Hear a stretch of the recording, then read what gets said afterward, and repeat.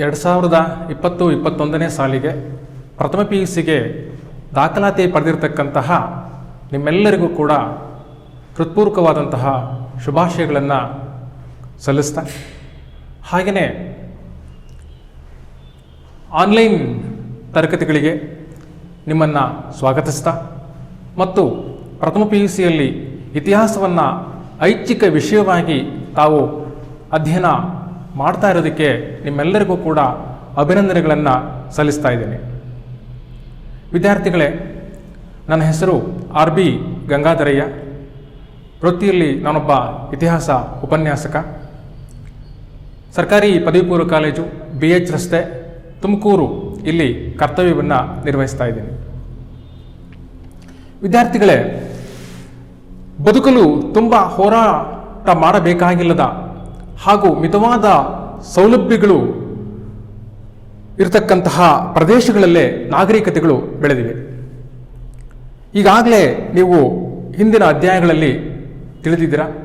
ಮೆಸೊಪೊಟೇಮಿಯಾ ಮತ್ತು ಈಜಿಪ್ಟ್ ನಾಗರಿಕತೆಗಳಲ್ಲಿ ಮಿತವಾದ ಸೌಲಭ್ಯಗಳು ಮತ್ತು ಸವಾಲುಗಳು ಇಲ್ಲದೇ ಇರತಕ್ಕಂಥ ಸ್ಥಳದಲ್ಲಿ ಸಮೃದ್ಧವಾದ ನಾಗರಿಕತೆಗಳು ಬೆಳೆದಿವೆ. ಬಹಳ ಮುಖ್ಯವಾಗಿ ನಾವು ಗಮನಿಸಬೇಕಾಗಿರತಕ್ಕಂಥದ್ದು, ಜಗತ್ತಿನಲ್ಲಿ ಹಲವಾರು ನಾಗರಿಕತೆಗಳು ಬೆಳೆದಿವೆ. ಹಲವಾರು ನಾಗರಿಕತೆಗಳಲ್ಲಿ ವಿಶೇಷವಾಗಿ ನಾವು ಕೆಲವೊಂದು ನಾಗರಿಕತೆಗಳನ್ನು ಗಮನಿಸಬೇಕಾಗಿದೆ. ಮಂಗೋಲಿಯನ್ ಜನಾಂಗವನ್ನು ಒಳಗೊಂಡಿರ್ತಕ್ಕಂಥ, ಸಣ್ಣ ಕಣ್ಣುಗಳನ್ನು ಹೊಂದಿರತಕ್ಕಂಥ, ಎತ್ತರದಲ್ಲಿ ಕಡಿಮೆ ಇರತಕ್ಕಂತಹ ಹಾಗೂ ಚಪ್ಪಟೆಯಾದ ಮೂಗನ್ನು ಹೊಂದಿರತಕ್ಕಂಥ ವಿಶೇಷವಾದಂತಹ ಜನಾಂಗ, ಜನಸಂಖ್ಯೆಯಲ್ಲಿ ಬಹಳ ಹೆಚ್ಚು ಜನಸಂಖ್ಯೆಯನ್ನು ಹೊಂದಿರತಕ್ಕಂಥ ಒಂದು ರಾಷ್ಟ್ರ, ಭೌಗೋಳಿಕ ವಿಸ್ತೀರ್ಣದಲ್ಲಿ ಜನಸಂಖ್ಯೆಯನ್ನು ಹೊಂದಿರತಕ್ಕಂಥ ರಾಷ್ಟ್ರ, ನಮ್ಮ ನೆರೆಹೊರೆಯ ರಾಷ್ಟ್ರ ಯಾವುದು ಅಂತ ನಿಮಗೆ ಆಗಲೇ ನಿಮ್ಮ ಗಮನಕ್ಕೆ ಬರ್ತಾ ಇದೆ, ಚೀನಾ. ಈ ದಿನ ನಾವು ಚೀನಾದ ನಾಗರಿಕತೆಗಳ ಬಗ್ಗೆ ಅಧ್ಯಯನ ಮಾಡಬೇಕಾಗಿದೆ.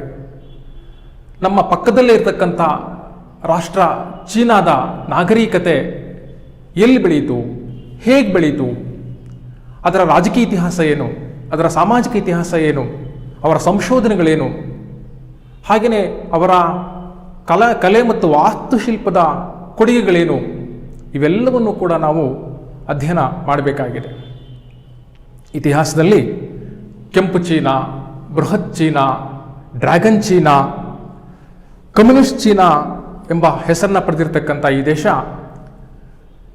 ವಿಶಿಷ್ಟವಾದಂತಹ ಜೀವ ಸಂಕುಲ, ವಿಭಿನ್ನವಾಗಿರತಕ್ಕಂಥ ಸಸ್ಯ ಸಂಕುಲವನ್ನು ಒಳಗೊಂಡಿದೆ. ಬಹಳ ಮುಖ್ಯವಾಗಿ ಈ ಒಂದು ನಾಗರಿಕತೆ ಜಗತ್ತಿನ ಬೇರೆಲ್ಲ ನಾಗರಿಕತೆಗಳಿಗಿಂತ ವಿಶೇಷವಾಗಿರ್ತಕ್ಕಂಥ ಅಂಶಗಳನ್ನು ಒಳಗೊಂಡಿದೆ.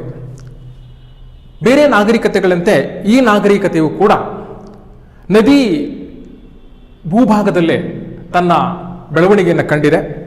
ಉತ್ತರ ಚೀನಾದ ಹೊಯಾಂಗೋ ಮತ್ತು ಆಂಗ್ಸೆ, ದಕ್ಷಿಣ ಚೀನಾದ ಸಿಕಿಯಾಂಗ್ ನದಿಗಳ ದಡದಲ್ಲಿ ಈ ನಾಗರಿಕತೆ ಬೆಳೆದಿದೆ. ಬಹಳ ಮುಖ್ಯವಾಗಿ ಬಹಳ ಫಲವತ್ತಾದಂತಹ ಭೂಭಾಗದಲ್ಲಿ ಈ ನಾಗರಿಕತೆ ಬೆಳೆದಿರೋದನ್ನು ನಾವು ಗಮನಿಸ್ತೀವಿ.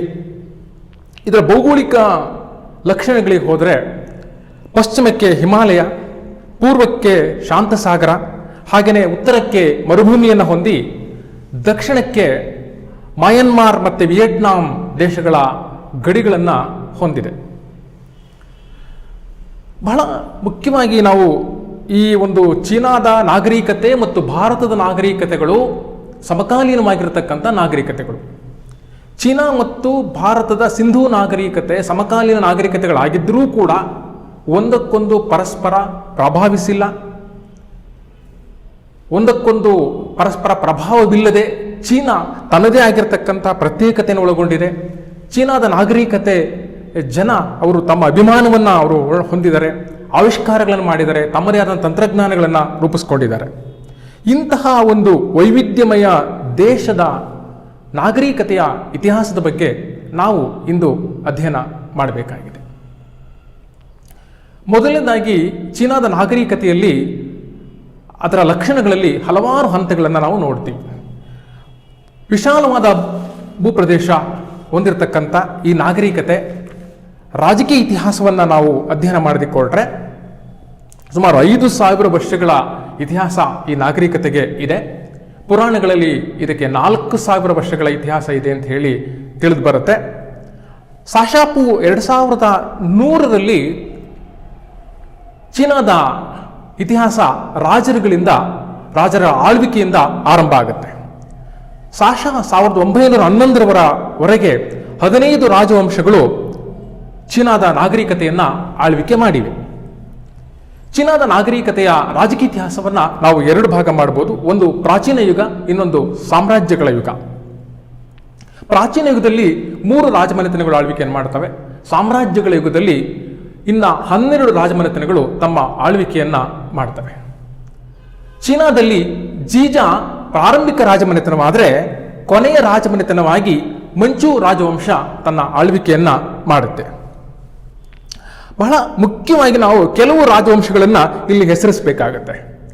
ಕ್ವಿನ್ ರಾಜವಂಶ, ಟಾಂಗ್ ರಾಜವಂಶ, ಚೌ ರಾಜವಂಶ, ಇವೆಲ್ಲವನ್ನು ಕೂಡ ನಾವಿಲ್ಲಿ ಹೆಸರಿಸಬೇಕಾಗುತ್ತೆ. ಎಲ್ಲ ರಾಜಮನೆತನಗಳನ್ನು ಹೆಸರಿಸದೇ ಇದ್ರೂ ಕೂಡ ನಾವು ಕೆಲವೊಂದು ರಾಜಮನೆತನಗಳನ್ನು ಇಲ್ಲಿ ಉಲ್ಲೇಖಿಸಬೇಕಾಗತ್ತೆ. ಆ ಅವಧಿಯಲ್ಲಿ ಪ್ರಸಿದ್ಧರಾದ ರಾಜರು ಮತ್ತೆ ಪ್ರೋತ್ಸಾಹಗಳು ಸಿಕ್ಕಿರೋದನ್ನು ನಾವಿಲ್ಲಿ ಗಮನಿಸಬೇಕಾಗತ್ತೆ. ವಿದ್ಯಾರ್ಥಿಗಳೇ, ವಿಶೇಷವಾಗಿ ನಮಗೆ ಸಾಶಾಪು 1500ರಿಂದ 1911ರವರೆಗೆ 1911ರವರೆಗೆ ಚೀನಾದ ರಾಜಕೀಯ ಇತಿಹಾಸ ಸ್ಪಷ್ಟವಾಗಿ ನಮಗೆ ಸಿಗುತ್ತೆ. ಇಲ್ಲಿ ಪ್ರಸಿದ್ಧನಾದ ರಾಜ ಇದ್ದ, ಮತ್ತೆ ಯಾರಾದರೂ ಕೂಡ ಈ ರಾಜಕೀಯ ಇತಿಹಾಸದಲ್ಲಿ ಮನಸ್ಸಿನಲ್ಲಿ ಅಚ್ಚಳಿಯದೆ ಉಳಿತಕ್ಕಂತಹ ರಾಜ ಯಾರಾದರೂ ಕೂಡ ಬರ್ತಾನ ಅಂತಕ್ಕಂಥದ್ದನ್ನು ನಾವು ಗಮನಿಸಲಿಕ್ಕೆ ಹೋದರೆ ಖಂಡಿತವಾಗಿ ನೀವೆಲ್ಲರೂ ಕೂಡ ಗಮನಿಸಲೇಬೇಕಾದಂಥ ಒಬ್ಬ ವ್ಯಕ್ತಿ ಶಿ ಹುವಾಂಗ್-ಟಿ. ಈತ ಕ್ವಿನ್ ರಾಜವಂಶಕ್ಕೆ ಸೇರಿರ್ತಕ್ಕಂಥವನು.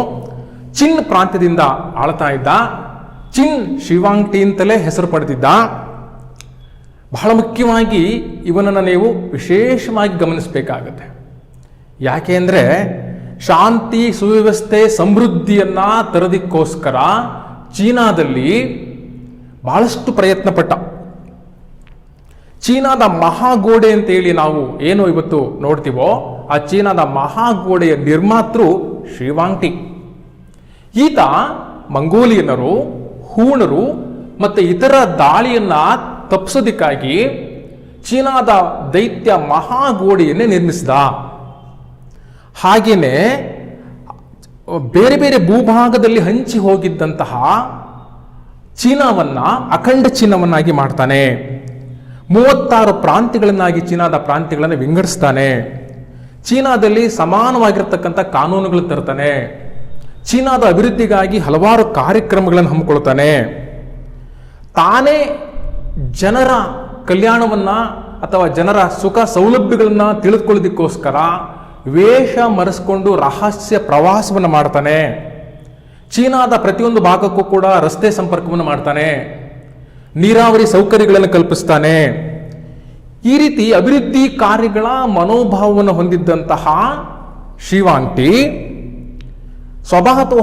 ಸ್ವಭಾವತಃವಾಗಿ ಏನನ್ನ ಭಾವಿಸಿದ್ದ ಅವನು ವೈಯಕ್ತಿಕವಾಗಿ ಅಂದ್ರೆ ಜನ ಅಶಿಸ್ತಿನಿಂದ ಕೂಡಿರ್ತಾರೆ ಅಂತಕ್ಕಂಥದ್ದು ಅವನ ಭಾವನೆ. ಅದಕ್ಕಾಗಿ ಈತ ತನ್ನ ಹಳೆಯ ವ್ಯವಸ್ಥೆಯನ್ನು ವಿರೋಧಿಸ್ತಾನೆ ಮತ್ತು ಸದಾ ಬದಲಾವಣೆಯನ್ನು ಬಯಸ್ತಾನೆ. ಇದಾಗಿಯೂ ಕೂಡ ಅವನು ಏನ್ ಮಾಡ್ತಾನೆ ಮುಂದುವರೆದು ಅಂದ್ರೆ ಜ್ಞಾನದ ನಿಯಂತ್ರಣವನ್ನು ಮಾಡ್ತಾನೆ. ತನ್ನದೇ ಇತಿಹಾಸವನ್ನ ಸೃಷ್ಟಿ ಮಾಡಬೇಕು ಅಂತ ಹೇಳಿ ಆತ ಬಯಸ್ತಾನೆ. ಸದಾ ಬದಲಾವಣೆಯನ್ನು ಬಯಸ್ತಾನೆ. ಇದನ್ನ ಅನುಸರಿಸಿ ಅವನು ಪಂಡಿತರನ್ನ ವಿರೋಧಿಸ್ತಾನೆ, ಇತಿಹಾಸಕಾರರನ್ನ ವಿರೋಧಿಸ್ತಾನೆ, ವಿಜ್ಞಾನಿಗಳನ್ನ ಪ್ರೋತ್ಸಾಹಿಸುತ್ತಾನೆ. ಇತಿಹಾಸಕಾರರನ್ನ ಮತ್ತು ತನ್ನ ಪಂಡಿತರನ್ನ, ವಿರೋಧಿ ಪಂಡಿತರನ್ನ ಚೀನಾದ ಮಹಾಗೋಡೆಗೆ ನಿರ್ಮಾಣ ಮಾಡೋ ಸಂದರ್ಭದಲ್ಲಿ ಅದರಲ್ಲಿ ಹಾಕಿಸ್ತಕ್ಕಂಥ ಕೆಲಸವನ್ನ ಮಾಡ್ತಾನೆ. ಹೀಗೆ ವಿಭಿನ್ನ ಮನೋಭಾವವನ್ನ ಹೊಂದಿರತಕ್ಕಂತಹ ರಾಜ ಶಿವಾಂಗ್-ಟಿ. ಶಿವಾಂಗ್-ಟಿ ಚೀನಾದ ರಾಜಕೀಯ ಇತಿಹಾಸದಲ್ಲಿ ಅಚ್ಚಳಿಯದೆ ನಿಲ್ತಕ್ಕಂತಹ ಒಬ್ಬ ರಾಜನಾಗಿ ನಮಗೆ ಕಂಡು ಬರ್ತಾನೆ. ಇದಾದ ನಂತರ ಮತ್ತೊಂದು ರಾಜಮನೆತನ ಚೀನಾದಲ್ಲಿ ಆಳ್ವಿಕೆಗೆ ಬರುತ್ತೆ, ಹಾನ್ ರಾಜವಂಶ ಅಂತ ಹೇಳಿ. ಈ ಹಾನ್ ರಾಜವಂಶದಲ್ಲಿ ಉಟುಯು ಅಂತಕ್ಕಂತಹ ರಾಜ ಅಭಿವೃದ್ಧಿ ಕಾರ್ಯಗಳನ್ನು ಮಾಡ್ತಾನೆ. ಚೀನಾದಲ್ಲಿ ಸುವರ್ಣ ಯುಗವನ್ನ ತರ್ತಕ್ಕಂತಹ ಒಬ್ಬ ರಾಜ ಈತನಾಗಿದ್ದಾನೆ. ಪ್ರಪ್ರಥಮ ಸುವರ್ಣ ಯುಗವನ್ನ ಈತ ದಾಖಲಿಸ್ತಾನೆ. ಅಭಿವೃದ್ಧಿ ಕಾರ್ಯಗಳು, ಬೇರೆ ಬೇರೆ ಕಲ್ಯಾಣ ಕಾರ್ಯಗಳನ್ನ ಈತ ಜಾರಿಗೆ ತರ್ತಾನೆ. ತದನಂತರ ಟಾಂಗ್ ಅಂತಕ್ಕಂಥ ಒಂದು ರಾಜವಂಶ ಇಲ್ಲಿ ಆಳ್ವಿಕೆಗೆ ಬರುತ್ತೆ. ಸ್ಪರ್ಧಾತ್ಮಕ ಪರೀಕ್ಷೆಗಳನ್ನ ಜಾರಿಗೆ ತರ್ತಕ್ಕಂಥ ರಾಜವಂಶ ಇದಾಗಿದೆ.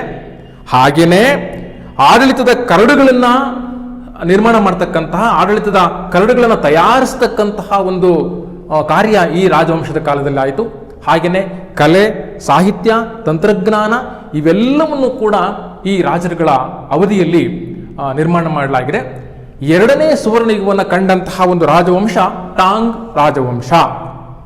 ಇವಿಷ್ಟು ಚೀನಾದ ರಾಜಕೀಯ ಇತಿಹಾಸಕ್ಕೆ ಸಂಬಂಧಪಟ್ಟಂತ ಮಾಹಿತಿಗಳಾಗಿವೆ. ನಂತರ ನಾವು ಚೀನಾದ ಮತ್ತೊಂದು ಲಕ್ಷಣವಾಗಿರ್ತಕ್ಕಂಥ ಸಾಮಾಜಿಕ ಸ್ಥಿತಿಗೆ ಹೋಗಬೇಕಾಗತ್ತೆ. ಚೀನಾದ ಸಾಮಾಜಿಕ ಸ್ಥಿತಿ ಮತ್ತೆ ಭಾರತದ ಸಿಂಧೂ ನಾಗರಿಕತೆಯ ಸಾಮಾಜಿಕ ಸ್ಥಿತಿಗಳು ಪರಸ್ಪರ ಸ್ವಲ್ಪ ಮಟ್ಟಿಗೆ ಹೋಲಿಕೆ ಮತ್ತು ವ್ಯತ್ಯಾಸಗಳು ಕಂಡು ಬರ್ತವೆ. ಮೊದಲನೇದಾಗಿ ಚೀನಾದ ನಾಗರಿಕತೆಯು ಕೂಡ ಪರಂಪರಾಗತ ಸಮಾಜವನ್ನ ಹೊಂದಿತ್ತು. ಇಲ್ಲಿಯೂ ಕೂಡ ಪುರುಷ ಪ್ರಧಾನವಾಗಿರ್ತಕ್ಕಂಥ ಸಮಾಜವನ್ನು ಹೊಂದಿತ್ತು. ಕುಟುಂಬ ಸಮಾಜದ ಅಡಿಪಾಯವಾಗಿದೆ. ತಾಯಿ ಕುಟುಂಬದಲ್ಲಿ ನೈತಿಕ ಮೌಲ್ಯಗಳನ್ನ ಬೆಳೆಸ್ತಕ್ಕಂಥವಳಾಗಿದ್ದಾಳೆ. ಆದರೂ ಕೂಡ ಚೀನಾದ ನಾಗರಿಕತೆಯಲ್ಲಿ ಮಹಿಳೆಗೆ ಹೆಚ್ಚಿನ ಸ್ಥಾನಮಾನವನ್ನು ಕೊಟ್ಟಿರಲಿಲ್ಲ. ಹೆಣ್ಣು ಮಗು ಕುಟುಂಬದ ಹೊರೆ ಅಂತ ಹೇಳಿ ಭಾವಿಸಿದ್ರು. ಒಂದು ಕಡೆ ಕುಟುಂಬದಲ್ಲಿ ಮಕ್ಕಳಿಗೆ ನೈತಿಕ ಮೌಲ್ಯಗಳನ್ನ ಬೆಳೆಸ್ತಕ್ಕಂತಹ ತಾಯಿಯ ಕರ್ತವ್ಯವನ್ನು ಹಾಕಿದರೆ, ಇನ್ನೊಂದು ಕಡೆ ಹೆಣ್ಣು ಕುಟುಂಬದ ಹೊರೆ ಅಂತ ಹೇಳಿ ಇಲ್ಲಿ ಭಾವಿಸಿರೋದನ್ನು ನೋಡ್ತೀವಿ. ಆದರೂ ಕೂಡ ಕುಶಲತೆ ಮತ್ತು ವಿಧೇಯತೆಯಿಂದ ತಮ್ಮದೇ ಆಗಿರ್ತಕ್ಕಂಥ ಗೌರವವನ್ನ ಚೀನಾದ ನಾಗರಿಕತೆಯಲ್ಲಿ ಹೆಣ್ಣು ಮಕ್ಕಳು ಪಡೆದಿದ್ರು. ಇಂತಹ ಒಂದು ಚೀನಾದ ನಾಗರಿಕತೆಯಲ್ಲಿ ಅಲ್ಲಿಯ ಸಮಾಜವನ್ನು ನಾವು ಗಮನಿಸ್ತಾ ಹೋದರೆ, ಈಗ ಈಜಿಪ್ಟ್ ನಾಗರಿಕತೆಯಂತೆ, ಮೆಸ್ಪಟೋಮಿಯಾ ನಾಗರಿಕತೆಯಂತೆ ವರ್ಗಗಳನ್ನು ನಾವು ಹೊಂದಿರತಕ್ಕಂಥದ್ದನ್ನು ನಾವು ನೋಡ್ತೀವಿ. ನಾವು ಪ್ರಮುಖವಾಗಿ ಚೀನಾದಲ್ಲಿ 4 ವರ್ಗಗಳು ಇದ್ವು. ಒಂದನೇದಾಗಿ ಮೇಲ್ವರ್ಗ. ಈ ಮೇಲ್ವರ್ಗದಲ್ಲಿ ಬರ್ತಕ್ಕಂಥವರು ಅಧಿಕಾರಿಗಳು, ಪಂಡಿತರು ಮತ್ತು ಯೋಧರು. ಎರಡನೇ ವರ್ಗದಲ್ಲಿ ಕ್ರಮವಾಗಿ ರೈತರು ಬರ್ತಾರೆ. ಮೂರನೇ ವರ್ಗದಲ್ಲಿ ಕುಶಲಕರ್ಮಿಗಳು ಬರ್ತಾರೆ. 4ನೇ ವರ್ಗದಲ್ಲಿ ವ್ಯಾಪಾರಸ್ಥರು ಬರ್ತಾರೆ. 4 ವರ್ಗಗಳಾಗಿ ಚೀನಾದ ಸಮಾಜ ಹಂಚಿ ಹೋಗಿತ್ತು.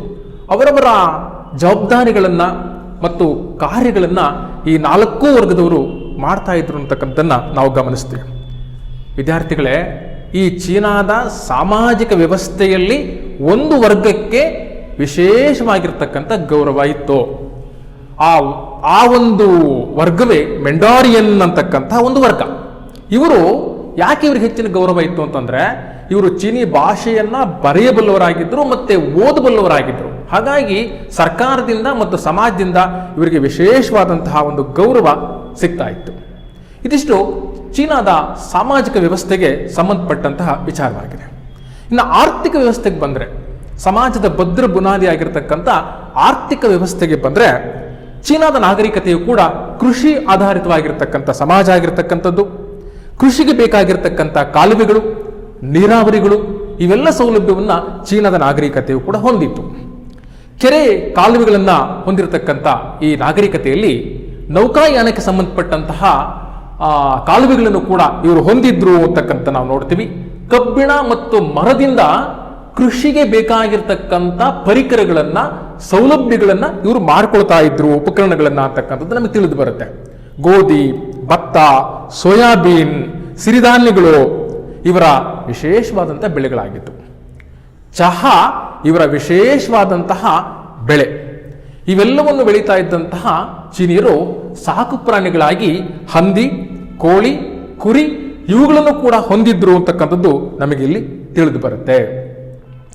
ವಿದ್ಯಾರ್ಥಿಗಳೇ, ರೇಷ್ಮೆ ಇವರ ಬಹಳ ಪ್ರಮುಖವಾಗಿರ್ತಕ್ಕಂತಹ ಒಂದು ಬೆಳೆ. ರೇಷ್ಮೆಯನ್ನ ತಯಾರಿಸ್ತಾ ಇದ್ದಂತಹ ಇವರು ಈ ರೇಷ್ಮೆಯನ್ನ ರಫ್ತು ಮಾಡ್ತಾ ಇದ್ರು. ಪಾಶ್ಚಾತ್ಯ ರಾಷ್ಟ್ರಗಳಿಗೆ ರಫ್ತು ಮಾಡತಕ್ಕಂತಹ ಬಹಳ ಮುಖ್ಯವಾಗಿರ್ತಕ್ಕಂಥ ಒಂದು ವಾಣಿಜ್ಯ ಬೆಳೆ ಇವ್ರದ್ದು ಅಂತಂದ್ರೆ ರೇಷ್ಮೆ.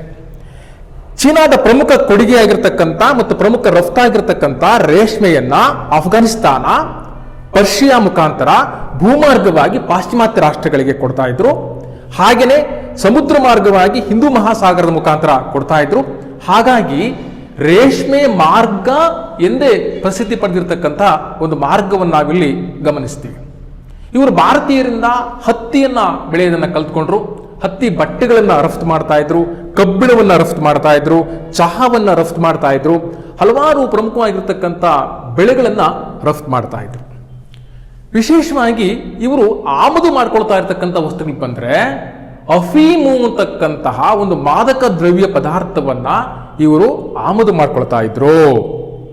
ಏಕೆ ಅಂತಂದ್ರೆ ಈ ಬಹಳ ಮುಖ್ಯವಾಗಿ ನಾವು ಗಮನಿಸಬೇಕಾಗಿರ್ತಕ್ಕಂಥದ್ದು ಅಫೀಮು ಅಂತಕ್ಕಂತಹ ಒಂದು ವಸ್ತುವನ್ನ ಇವರು ಮಾದಕ ದ್ರವ್ಯವನ್ನ ಆಮದು ಮಾಡ್ಕೊಳ್ತಕ್ಕಂಥ ಕೆಲಸವನ್ನ ಮಾಡ್ತಾ ಇದ್ರು. ಇನ್ನು ಪ್ರಾರಂಭದಲ್ಲಿ ಇವರು ಕೂಡ ವಸ್ತು ವಿನಿಮಯ ಪದ್ಧತಿಯನ್ನು ಹೊಂದಿದ್ರು. ಕಾಲಾನಂತರದಲ್ಲಿ ಲೋಹ ಸ್ಥಾನ ಪಡ್ಕೊಳ್ಳುತ್ತೆ. ಸಾಶಾಪು 5ಕ್ಕೆ ಇವರು ಮುದ್ರಿತ ಹಣವನ್ನ ಜಾರಿಗೆ ತರ್ತಾರೆ. ಲೇವಾದೇವಿ ಮತ್ತೆ ಬ್ಯಾಂಕಿಂಗ್ ವ್ಯವಸ್ಥೆ ಇವರಲ್ಲಿ ಜಾರಿಗೆ ಬರುತ್ತೆ. ಇವೆಲ್ಲವನ್ನು ಕೂಡ ತಮ್ಮ ಆರ್ಥಿಕ ವ್ಯವಸ್ಥೆಯ ಕ್ರಮಗಳಾಗಿ ಇವರು ಹೊಂದಿರ್ತಾರೆ ಅಂತಕ್ಕಂಥದ್ದನ್ನ ನಾವಿಲ್ಲಿ ಗಮನಿಸಬಹುದಾಗಿದೆ. ಇದು ಇವರ ಸಾಮಾಜಿಕ ಮತ್ತು ಆರ್ಥಿಕ ವ್ಯವಸ್ಥೆಯನ್ನ ಒಳಗೊಂಡಿರ್ತಕ್ಕಂಥದ್ದು. ನಂತರದಲ್ಲಿ ಚೀನಾದ ಶಿಕ್ಷಣ ಮತ್ತು ಸಾಹಿತ್ಯವನ್ನ ನಾವು ಗಮನಿಸಬೇಕಾಗುತ್ತೆ. ಚೀನಾದಲ್ಲಿ ಶಿಕ್ಷಣ ಮತ್ತು ಸಾಹಿತ್ಯ ಶಾಂಗ್ ವಂಶದವರ ಕಾಲದಲ್ಲಿ ಅದ್ಭುತವಾದಂತಹ ಪ್ರೋತ್ಸಾಹವನ್ನು ಪಡೆದುಕೊಂಡಿತ್ತು. ಚಿನ್ ವಂಶದವರ ಕಾಲದಲ್ಲಿ ಇದು ನಿರ್ಬಂಧಕ್ಕೆ ಒಳಗಾಯಿತು. ಚೀನಿಯರ ಬರವಣಿಗೆಗೆ ಹೋದ್ರೆ ಅವರಿಗೆ ಯಾವುದೇ ಮೂಲಾಕ್ಷರಗಳಿಲ್ಲ. ಮೂಲಾಕ್ಷರಗಳಲ್ಲಿ ನಾಮ, ಗುಣ, ಕ್ರಿಯಾ, ವಾಚಕಗಳಿಲ್ಲ. ಆದರೂ ಕೂಡ ಇವರು ಚಿತ್ರಲಿಪಿಯನ್ನ, ಚಿಹ್ನೆಗಳನ್ನು ಒಳಗೊಂಡಿರ್ತಕ್ಕಂತಹ ಬರವಣಿಗೆ ಲಿಪಿಯನ್ನ ಅಭಿವೃದ್ಧಿಪಡಿಸಿದರು. 40,000 ಗುರುತು ಮತ್ತು ಚಿಹ್ನೆಗಳನ್ನು ಒಳಗೊಂಡಂತಹ ಲಿಪಿ ಇವರದಾಗಿತ್ತು. ಚೀನಾದ ಸಾಂಸ್ಕೃತಿಕ ಏಕೀಕರಣದಲ್ಲಿ ಇವರ ಲಿಪಿ ಬಹುಮುಖ್ಯವಾದ ಪಾತ್ರವನ್ನು ವಹಿಸುತ್ತೆ. ಇವರ ಲಿಪಿ ಮೇಲಿಂದ ಕೆಳಗೆ ಬರೀತಕ್ಕಂತಹ ಒಂದು ಲಿಪಿಯಾಗಿದೆ. ಈ ಮೇಲಿಂದ ಕೆಳಗೆ ಬರೀತಕ್ಕಂತಹ ಒಂದು ಲಿಪಿಯ ಒಂದು ಅಂಶವನ್ನ ಇವರು ಜಾರಿಗೆ ತಂದರು ಅನ್ನೋದನ್ನ ನಾವು ಗಮನಿಸಬೇಕಾಗುತ್ತೆ. ಹಾಗೇನೆ ಇವರ ಲಿಪಿ ಚೀನಾ, ಜಪಾನ್, ಕೊರಿಯಾ, ವಿಯೆಟ್ನಾಂ ಲಿಪಿಗಳ ಮೇಲೆ ತನ್ನದೇ ಆಗಿರತಕ್ಕಂಥ ಪ್ರಭಾವವನ್ನ ಬೀರಿದೆ. ವಿಶೇಷವಾಗಿ ಇವರೇ ಅಭಿವೃದ್ಧಿಪಡಿಸಿರ್ತಕ್ಕಂಥ ಕಾಗದ, ರೇಷ್ಮೆ ಮತ್ತು ಶಾಯಿ, ಈ 3 ವಸ್ತುಗಳು ಇವರ ಬರವಣಿಗೆ ಮತ್ತು ಸಾಹಿತ್ಯದ ಕೊಡುಗೆಗೆ ಸಂಬಂಧಪಟ್ಟಂತೆ ಹೆಚ್ಚಿನ ಒಂದು ಸಹಾಯವನ್ನ ಮಾಡ್ತವೆ. ಇವುಗಳನ್ನ ಬಳಸಿಕೊಂಡು ಅವರು ಜನಪ್ರಿಯವಾಗಿರ್ತಕ್ಕಂಥ ಇತಿಹಾಸವನ್ನು ಬರೀತಾರೆ. ಆಡಳಿತಗಾರರು ತಮ್ಮ ಇತಿಹಾಸವನ್ನು ಬರೆಸ್ಕೊಳ್ತಾರೆ. ಮತ್ತೆ ಬಹಳ ಮುಖ್ಯವಾಗಿ ಹಾನ್ ಮತ್ತೆ ಟಾಂಗ್ ವಂಶದವರ ಕಾಲದಲ್ಲಿ ವಿಶೇಷವಾಗಿರ್ತಕ್ಕಂಥ ಶ್ರೇಷ್ಠವಾಗಿರ್ತಕ್ಕಂಥ ಸಾಹಿತ್ಯ ರಚನೆ ಆಗುತ್ತೆ. ಸಂಪುಟಗಳನ್ನು ಒಳಗೊಂಡಿರ್ತಕ್ಕಂಥ ಸಾಹಿತ್ಯ ರಚನೆ ಆಗುತ್ತೆ. ಸುಮಾರು 3123 ಶಾಸ್ತ್ರೀಯ ಗ್ರಂಥಗಳು ರಚನೆ ಆಗ್ತವೆ ಹಾನ್ ಮತ್ತು ಟಾಂಗ್ ರಾಜಮನೆತನಗಳ ಕಾಲದಲ್ಲಿ. ಎರಡನೇದಾಗಿ 2705 ತತ್ವಜ್ಞಾನ ಕೃತಿಗಳು ರಚನೆ ಆಗುತ್ತೆ. ಮೂರನೇದಾಗಿ ಔಷಧ ವಿಜ್ಞಾನಕ್ಕೆ ಸಂಬಂಧಪಟ್ಟಂತೆ 868 ಕೃತಿಗಳು ರಚನೆ ಆಗುತ್ತೆ. ಕಾವ್ಯ ಗ್ರಂಥಗಳು 1318 ಸಂಪುಟಗಳ ಕಾವ್ಯ ಗ್ರಂಥಗಳು ರಚನೆ ಆಗುತ್ತೆ. 2568 ಸಂಪುಟಗಳ ಗಣಿತ ಕೃತಿಗಳು ರಚನೆ ಆಗುತ್ತೆ. ಯುದ್ಧ ಸಂಬಂಧಿ ಗ್ರಂಥಗಳು 790 ಯುದ್ಧ ಸಂಬಂಧಿ ಗ್ರಂಥಗಳ ರಚನೆ ಆಗುತ್ತೆ. ಹೀಗೆ ಎಲ್ಲಾ ಶಾಸ್ತ್ರಗಳಿಗೆ ಸಂಬಂಧಪಟ್ಟಂತೆ ಸಾವಿರ ಸಂಪುಟಗಳ ಕೃತಿಗಳು ಅವರದೇ ಆದಂತಹ ಭಾಷೆನಲ್ಲಿ ರಚನೆ ಆಗುತ್ತೆ.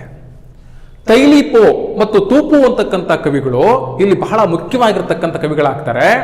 30 ಸಂಪುಟಗಳ ಕವಿತೆಯನ್ನ ತೈಲಿಪೋ ಅಂತಕ್ಕಂತಹ ಒಬ್ಬ ಕವಿ ಬರೀತಾನೆ. ಅದ್ಭುತವಾಗಿ ತಾನು ಬರೀತಕ್ಕಂಥ ಕೆಲಸವನ್ನು ಮಾಡ್ತಾನೆ. ಇದಲ್ಲದೆ ಚೀನಿಯರು ಶಿಕ್ಷಣ ಮತ್ತು ಸಾಹಿತ್ಯಕ್ಕೆ ಸಂಬಂಧಪಟ್ಟಂತೆ ಅದ್ಭುತವಾದಂಥ ಜ್ಞಾನವನ್ನು ಹೊಂದಿರುತ್ತಾರೆ. ಭೂಗೋಳ, ರೇಖಾಗಣಿತ, ಅಂಕಗಣಿತ, ಪಂಚಾಂಗ, ಖಗೋಳ ಇವೆಲ್ಲ ಜ್ಞಾನವನ್ನು ಹೊಂದಿದ್ರು.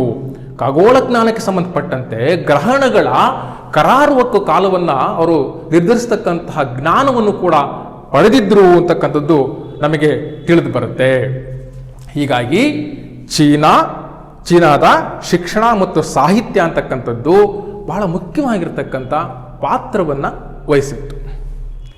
ಇದಾದ ನಂತರ ಜಗತ್ತೇ ಕಂಡಿರ್ತಕ್ಕಂತಹ ಮತ್ತೆ ನಾವು ಇವತ್ತಿಗೂ ಕೂಡ ದೈನಂದಿನ ದಿನಗಳಲ್ಲಿ ಬಳಸ್ತಾ ಇರ್ತಕ್ಕಂಥ ಪ್ರಮುಖವಾಗಿರ್ತಕ್ಕಂಥ ಕೆಲವು ವಸ್ತುಗಳು ಯಾರಿಂದ ಬಂದು ಅನ್ನೋದನ್ನು ನಾವು ಗಮನಿಸ್ತಾ ಹೋದ್ರೆ ಅವು ಯಾರಿಂದ ಬಂದು ಅಂದರೆ ಚೀನಿಯರ ಆವಿಷ್ಕಾರದಿಂದ, ಚೀನಿಯರ ಸಂಶೋಧನೆಗಳಿಂದ ಅಂತ ಗಮನಿಸಬೇಕಾಗುತ್ತೆ.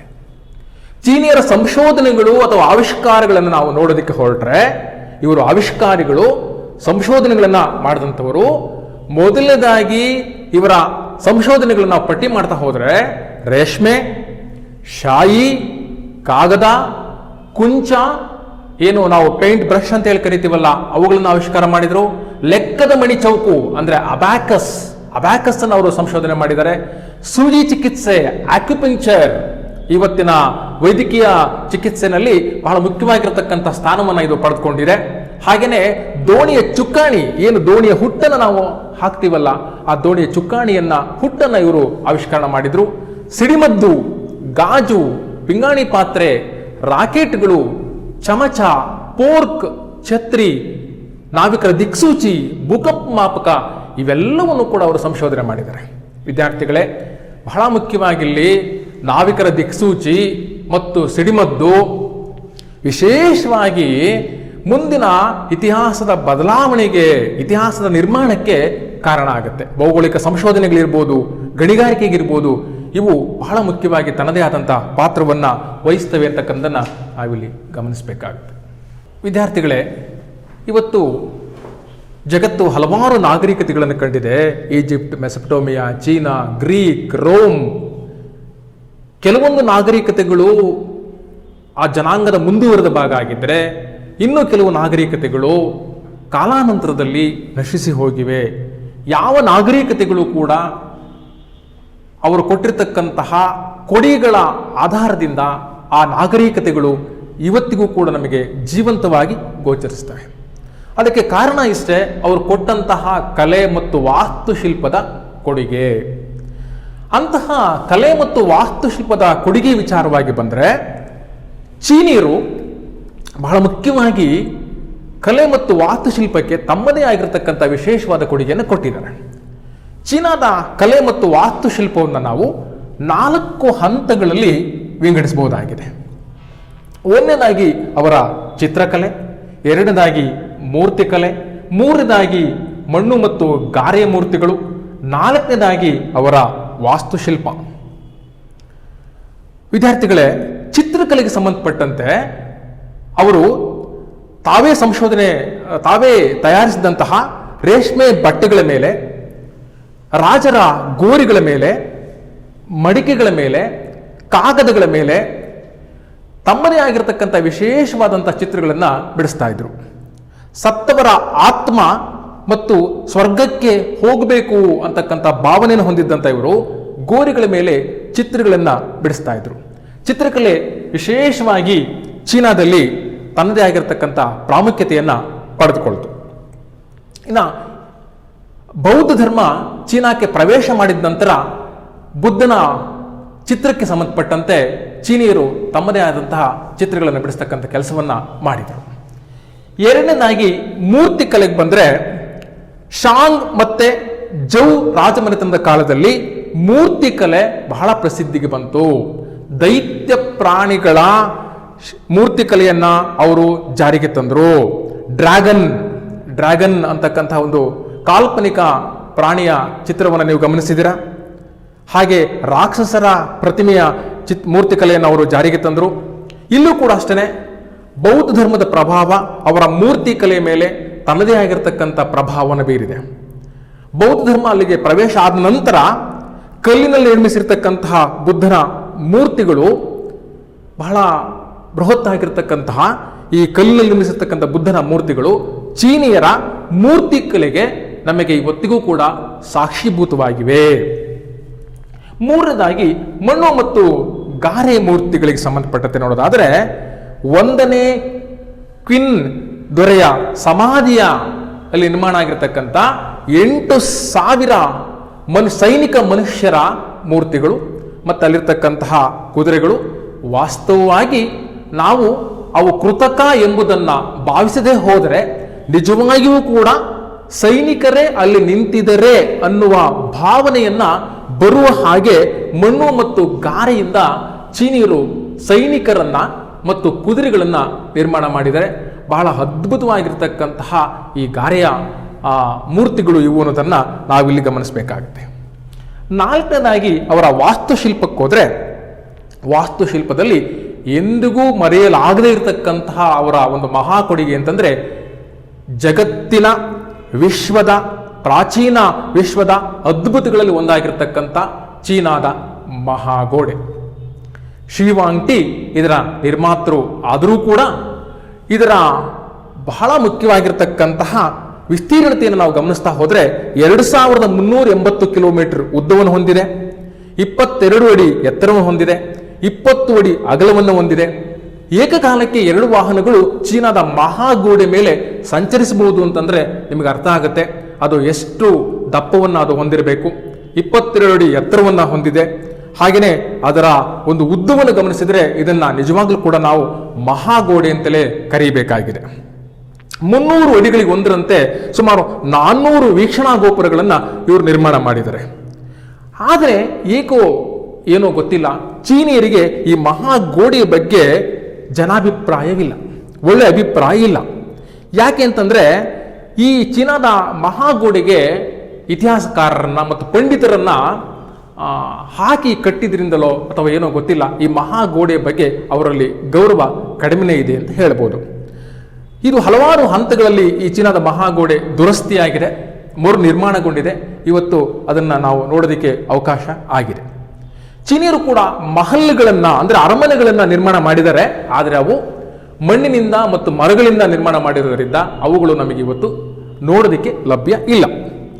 ಇದಾದ ನಂತರ ಅವರ ಇನ್ನೊಂದು ವಿಶೇಷವಾದಂತಹ ವಾಸ್ತುಶಿಲ್ಪ ಕೊಡುಗೆ ಅಂದ್ರೆ ಪಗೋಡಾ. ಪಗೋಡಾ ಅಂದ್ರೆ ಬೌದ್ಧ ದೇವಾಲಯಗಳನ್ನು ಅವರು ನಿರ್ಮಾಣ ಮಾಡಿರ್ತಕ್ಕಂಥದ್ದು. ಮಲಗಿರುವ ಬುದ್ಧನ ಪಗೋಡ, ಬೀಜಿಂಗಲ್ಲಿರ್ತಕ್ಕಂತಹ ಮಲಗಿರುವ ಬುದ್ಧನ ಪಗೋಡ ವಿಶೇಷವಾದಂಥ ವಾಸ್ತುಶಿಲ್ಪದ ಕೊಡುಗೆಯಲ್ಲಿ ನಮಗೆ ವಿಶಿಷ್ಟವಾಗಿ ಅದು ಗೋಚರಿಸುತ್ತೆ.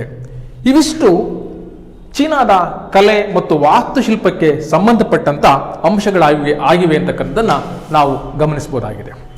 ಇದಾದ ನಂತರ ನಾವು ಚೀನಾದ ನಾಗರಿಕತೆಯ ಕೊಡುಗೆಗಳಲ್ಲಿ ಒಂದಾಗಿ ಗಮನಿಸಬೇಕಾಗಿರತಕ್ಕಂಥದ್ದು ಚೀನಾದ ತತ್ವಜ್ಞಾನ ಮತ್ತು ಧರ್ಮ.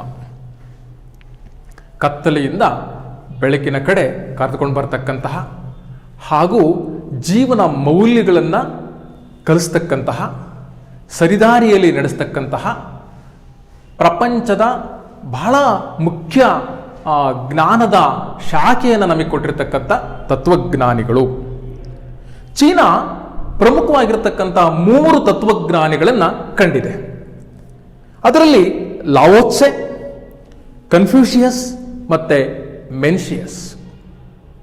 ಈ 3 ಚೀನಾಕ್ಕೆ ಬೌದ್ಧ ಧರ್ಮ ಪ್ರವೇಶ ಮಾಡೋದಕ್ಕಿಂತ ಮುಂಚೆ ಚೀನಿಯರ ಮನೆಯಲ್ಲಿ ಚೀನಿಯರ ಚಾರಿತ್ರಿಕ ಅಂಶಗಳನ್ನು ನಿರ್ಮಿಸುವಲ್ಲಿ, ಚೀನಿಯರ ಜನಜೀವನದಲ್ಲಿ ಅವರ ನೈತಿಕ ಮೌಲ್ಯಗಳನ್ನು ಕಟ್ಟುವಲ್ಲಿ, ಅವರ ರೂಢಿ ಸಂಪ್ರದಾಯ ಆಚರಣೆ ಇವೆಲ್ಲವನ್ನು ಕೂಡ ಸರಿಪಡಿಸುವಲ್ಲಿ, ಸಮಾಜದ ನೈತಿಕ ಮೌಲ್ಯವನ್ನು ಬೆಳೆಸುವಲ್ಲಿ ಈ ತತ್ವಜ್ಞಾನಿಗಳ ನುಡಿಮುತ್ತುಗಳು ಬಹಳ ಮುಖ್ಯವಾಗಿರ್ತಕ್ಕಂಥ ಪ್ರಭಾವವನ್ನು ಬೀರಿವೆ. ಮೊದಲನೇದಾಗಿ ನಾವು ಲಾವೋತ್ಸೆ ಬಗ್ಗೆ ತಿಳಿದುಕೊಳ್ಳೋಣ. ಚೌ ದೊರೆಗಳ ಕಾಲದಲ್ಲಿ ಗ್ರಂಥಾಲಯದ ಮೇಲ್ವಿಚಾರಕನಾಗಿರ್ತಾನೆ ಈತ. ಕನ್ಫ್ಯೂಷಸ್ಗಿಂತ ಮುಂಚೆ ಈತ ಜೀವಿಸಿದ್ದ. ಈತನು ಕೂಡ ಪ್ರಸಿದ್ಧನಾಗಿರ್ತಕ್ಕಂಥ ತತ್ವಜ್ಞಾನಿ. ಸಾಶಾಪು 600ರ ಅವಧಿಯಲ್ಲಿ ಈತ ಜೀವಿಸಿರ್ತಾನೆ. ಈತ ತಾವೋತಿ ಚಿಂಗ್ ಅಂತಕ್ಕಂತಹ ಒಂದು ಕೃತಿಯನ್ನು ಬರೀತಾನೆ. ಅಂದ್ರೆ ಜೀವನ ಮಾರ್ಗ ಅಂತಕ್ಕಂಥ ಒಂದು ಕೃತಿಯನ್ನ ಈತ ಬರೀತಾನೆ. ಅದರಲ್ಲಿ ತನ್ನ ಅನಿಸಿಕೆಗಳನ್ನ ದಾಖಲಿಸ್ತಾನೆ. ಇದು ಮುಂದೆ ತಾವೋ ಸಿದ್ಧಾಂತ ಅಂತಲೇ ಪ್ರಸಿದ್ಧಿಯಾಗುತ್ತೆ. ಈ ತಾವೋ ಸಿದ್ಧಾಂತದಲ್ಲಿ ಆತ ತನ್ನ ಎಲ್ಲ ಅಭಿಪ್ರಾಯಗಳನ್ನು ಕೂಡ ಕ್ರೋಢೀಕೃತ ಮಾಡ್ತಾನೆ. ಈತನು ಹೇಳ್ತಾನೆ, ನಮ್ಮ ಬುದ್ಧನ ಹಾಗೆ ಏನ್ ಹೇಳ್ತಾನೆ, ಅಹಿಂಸೆ ಬಹಳ ಮುಖ್ಯವಾದದ್ದು ಅಂತ ಹೇಳ್ತಾನೆ. ಜಾಣರನ್ನ ಗೌರವಿಸಬೇಕು ಅಂತ ಹೇಳ್ತಾನೆ. ಹೊಸತನಕ್ಕೆ ವಿರೋಧಿಸಬೇಡಿ ಅಂತ ಹೇಳ್ತಾನೆ.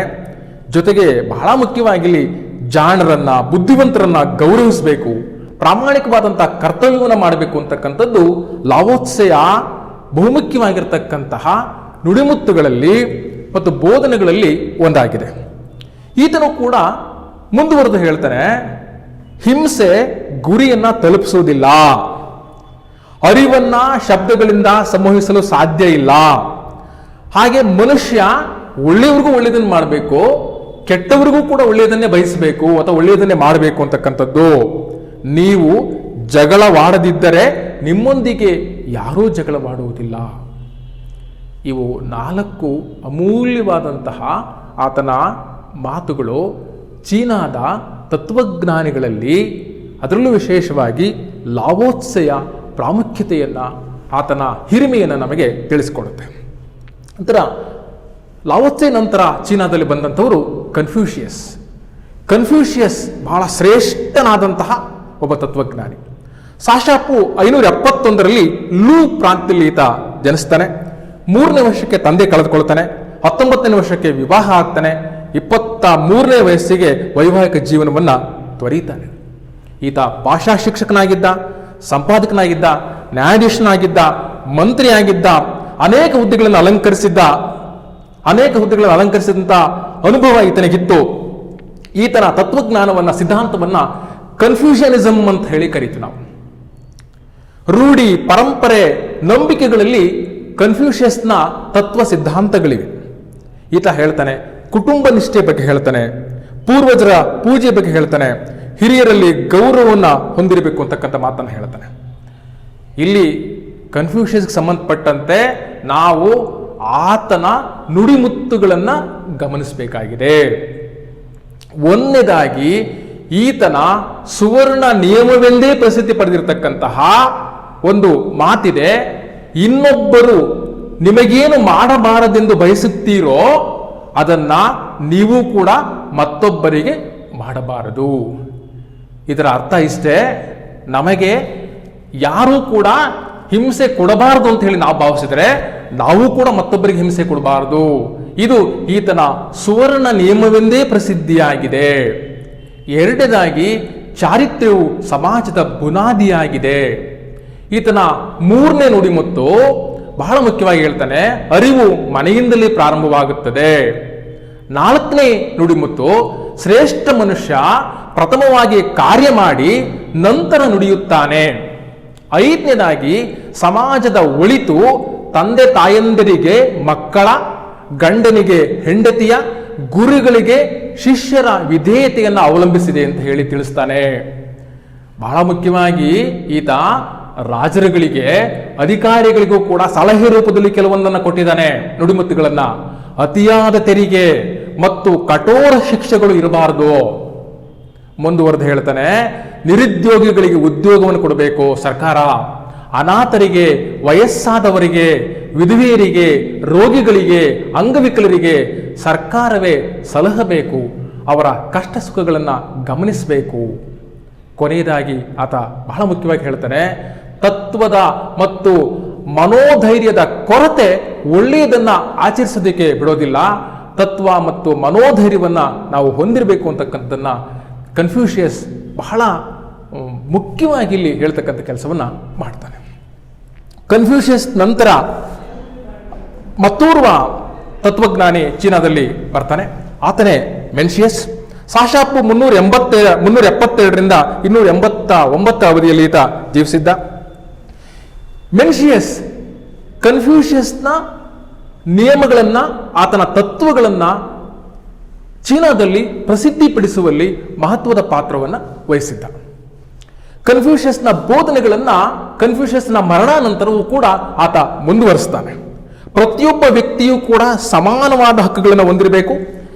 ಎಲ್ಲ ಸಾಮಾಜಿಕ ಕೆಡುಕುಗಳು ಅನಕ್ಷರತೆ, ಅಜ್ಞಾನ ಮತ್ತು ಬಡತನದಲ್ಲಿ ಹುಟ್ಟುತ್ತವೆ ಅಂತಕ್ಕಂಥದ್ದು ಈತನ ನಂಬಿಕೆಯಾಗಿತ್ತು. ಈತ ಕನ್ಫ್ಯೂಷಿಯಸ್ನಷ್ಟು ಪ್ರಸಿದ್ಧಿ ಪಡಲಿಲ್ಲ.